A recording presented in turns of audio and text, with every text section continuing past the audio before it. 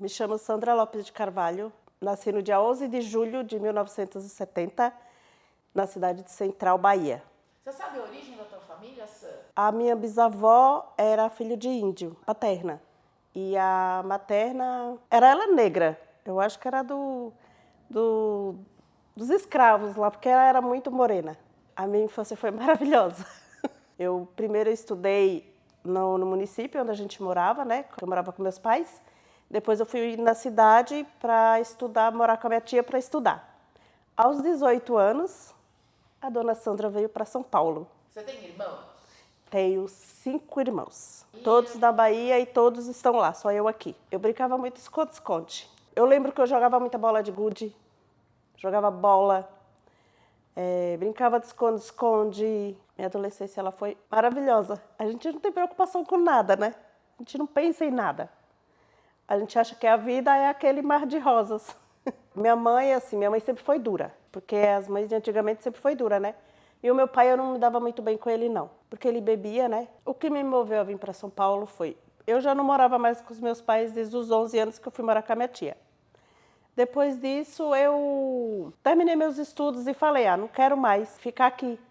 Aí chegou uma prima minha lá e falou que uma outra prima minha aqui estava precisando de uma pessoa para trabalhar. E eu vim para cuidar dos filhos dela. E aí eu tô aqui até hoje, 33 anos. Depois eu comecei a namorar com o pai do meu filho, dos meus 2 filhos mais velhos. Você conheceu ele aonde? Ele era do lado da Bahia também. Aí aqui a gente se encontrou e aí a gente começou a namorar. A gente namorou 2 anos. Aí depois eu fui morar com ele e engravidei do meu filho. Que é o teu mais velho. Que é o meu mais velho. Tem quanto hoje? Tem 33 anos. Vai fazer 33 agora em julho. A gente morava lá, ali numa travessa da Paulista, que ele trabalhava de zelador lá. Aí a gente morava lá e depois eu fui para Bahia porque eu não me dei bem aqui na gravidez. Por quê? Porque eu passava muito mal. Eu passava muito mal e eu achava que era o clima. Eu resolvi ir para Bahia para ter meu filho lá, porque aqui eu era sozinha. Aí como que eu vou ter um filho aqui sozinha, né? Aí eu fui embora para Bahia e ganhei o meu filho lá. Fiquei lá um tempo e voltei para cá de novo. Quando eu voltei para cá, ele já tinha mudado de prédio. Quando eu voltei para cá de novo, ele já tinha mudado de prédio. Ele estava morando aqui na Frei Caneca. E o meu filho passou boa parte morando aqui na Frei Caneca. Depois disso, ele falou que não queria mais trabalhar para ninguém e pediu as contas. Comprou um terreno e construiu uma casa ali na Vila Clara, aqui em São Paulo. E lá a minha outra filha nasceu, que hoje está com 28 anos. Quando ela tinha 5 anos, eu me separei dele. Foi uma decisão difícil se separar, Sandra? Foi. Foi uma decisão difícil, mas era preciso. Porque eu precisava crescer. Eu do lado dele eu não estava crescendo, porque eu vivia muito dependente dele, né? E nessa decisão, eu me separei e fui trabalhar, que até então eu não trabalhava. Fui trabalhar de faxineira no Banco Itaú. Aí nisso eu conheci o pai do meu mais novo, do Gabriel. E depois de 5 anos que a gente estava junto, eu engravidei do Gabriel. Hoje o Gabriel tem 19. Mas esse também eu já me separei dele. Conta pra mim, você já tinha tido contato com alguém com deficiência? Não. Até os 7 anos do Gabriel, eu não tinha contato com ninguém com deficiência. Você, quando era mais nova, você sonhava em ser mãe? Eu sempre falei isso, Patrícia, que eu ia ter 3 filhos. Eu falei que eu nunca ia casar, mas que eu ia ter 3 filhos. Eu falei que eu ia ter o meu filho, depois com 5 anos eu ia ter a minha filha, depois eu ia ter mais um. E o Gabriel, depois que eu me separei, eu falei, não vou mais ter filho não, né? Já 2, me separei e tudo. Mas aí veio o Gabriel porque eu precisava operar.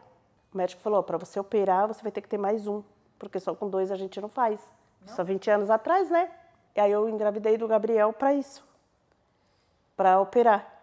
Eu fiz a cesariana e fiz a laqueadura. E o Gabriel nasceu perfeito. O Gabriel não nasceu com deficiência nenhuma. A deficiência do Gabriel hoje é adquirida. E a gente sofreu um acidente na rua de casa. A gente estava chegando, eu estava voltando do dentista com ele e a gente foi atropelado. Ele tinha 7 anos.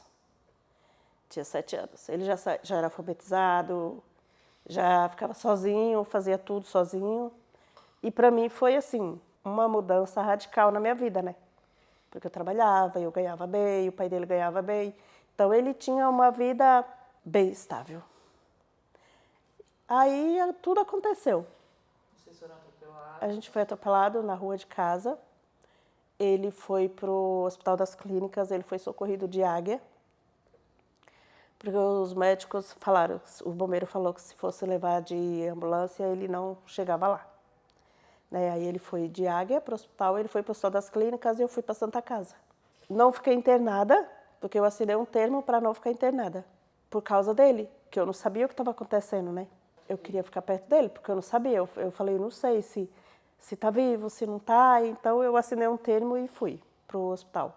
Quando eu cheguei lá, ele ainda estava no pronto-socorro, ainda não tinha subido, porque o pai não sabia resolver nada.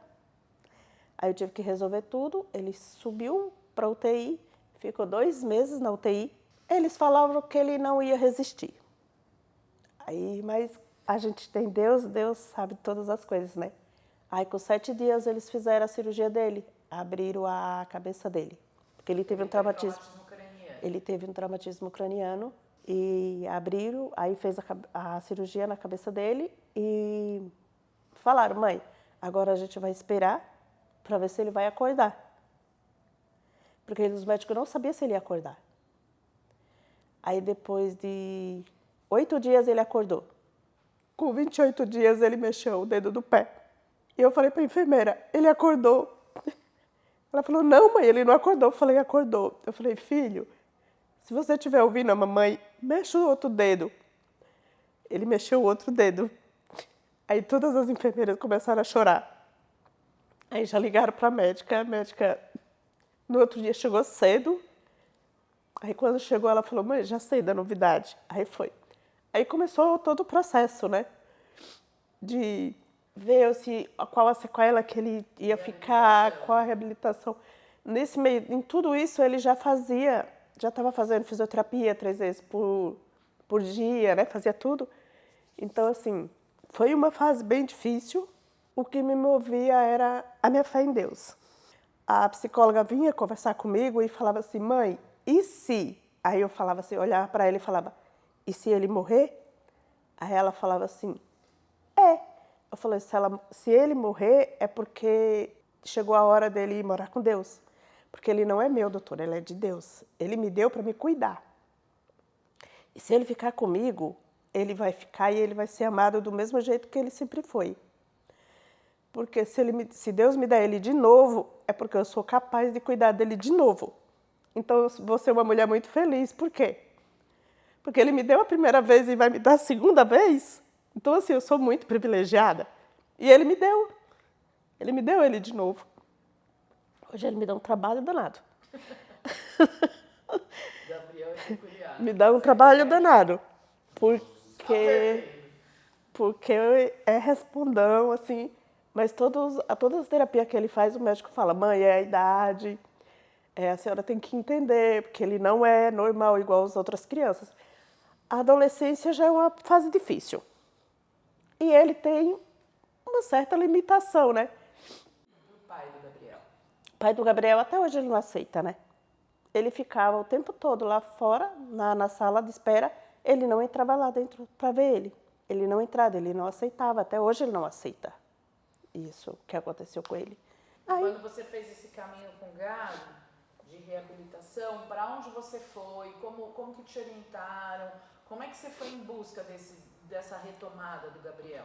No começo, que eu saí com toda a papelada do hospital, né? Para fisioterapia, tudo essas coisas, eu dei muita sorte, porque na época, quando ele sofreu acidente, eu trabalhava, então eu fiz tudo pelo convênio. Então, para mim, foi mais fácil. E depois, quando a gente não teve mais direito ao convênio, que eu tive que sair da empresa, tudo, mesmo assim, eu ainda fiquei 2 anos depois com o convênio e eu, nesse meio tempo, eu fiz muita coisa com ele. Eu fiz, assim, fisioterapia, terapia, tudo que tinha direito eu comecei a fazer, eu comecei a correr atrás disso. Mas a parte da inclusão dele depois foi conversando com as outras mães. Porque você no hospital, você tem que começar a conversar, porque você não sabe, assim, te jogar uma bomba nas tuas mãos e você tem que aprender a viver de novo, né? Aí eu conversando com outras mães, elas iam me passando, ó, tal lugar faz isso, tal lugar faz aquilo. E eu sempre fui de correr muito atrás das coisas.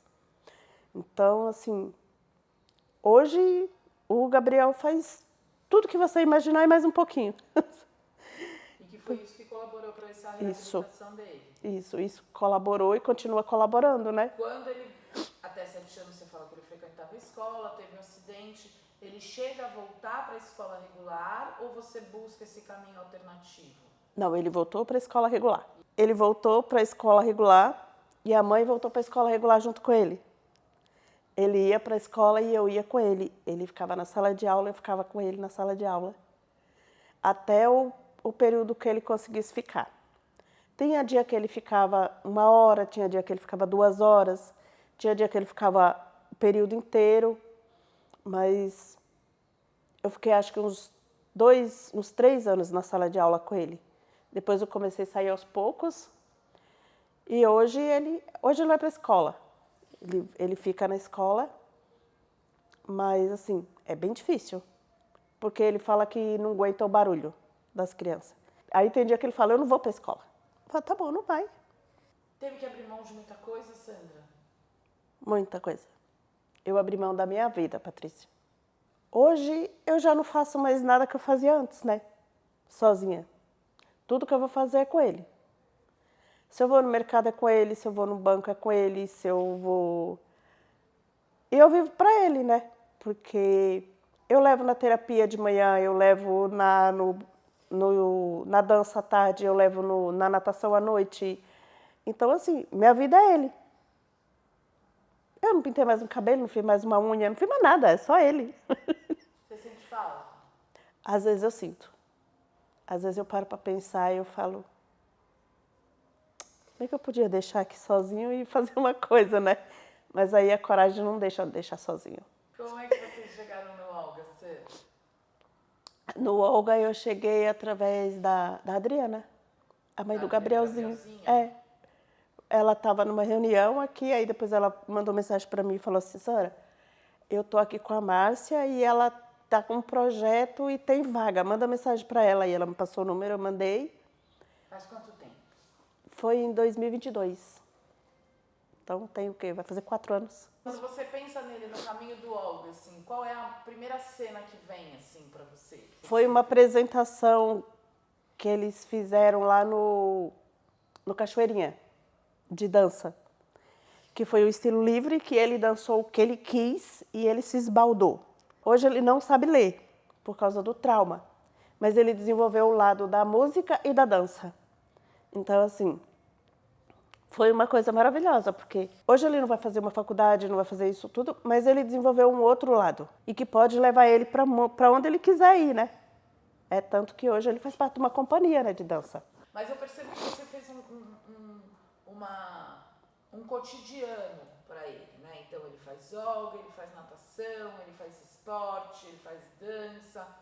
Qual a importância disso para ele? O que são essas atividades? É tudo, Patrícia. Tudo. Porque ele faz o que ele gosta, né? Eu já tô colocando ele numa rotina que ele mesmo pega a roupa dele e coloca na mochila. Aí outro dia ele esqueceu o chinelo da natação. Ai, meu chinelo, eu falei, você não pegou. Ah, mãe, você já sabe pegar, você já tem autonomia para pegar, não tem? Então, se você não pegou, é porque você não queria usar, não é? Aí ele fica bravo comigo, porque eu não peguei. E eu converso muito com a psicóloga sobre isso. Ela falou, não, mãe, não é para pegar. Um dia, é que para ele aprender, ele vai ter que ter uma rotina dele. Porque ele não vai ter você para a vida inteira. Então, ele tem que começar a pegar. Então, assim, essas atividades dele é o que salva a nossa vida, né? Está desenvolvendo, de fato, ele. É. O que você acha que é inclusão, Sandra? É a oportunidade que a gente tem de colocar os nossos filhos no mundo de novo. Porque eu conheço muitas mães que deixam os filhos em casa e quando eu falo que o meu faz tudo isso, todo mundo fala, como que você consegue? Eu falo, boca a boca. uma mãe passa e que se você realmente quer, você corre atrás. E a inclusão, para mim, é rede.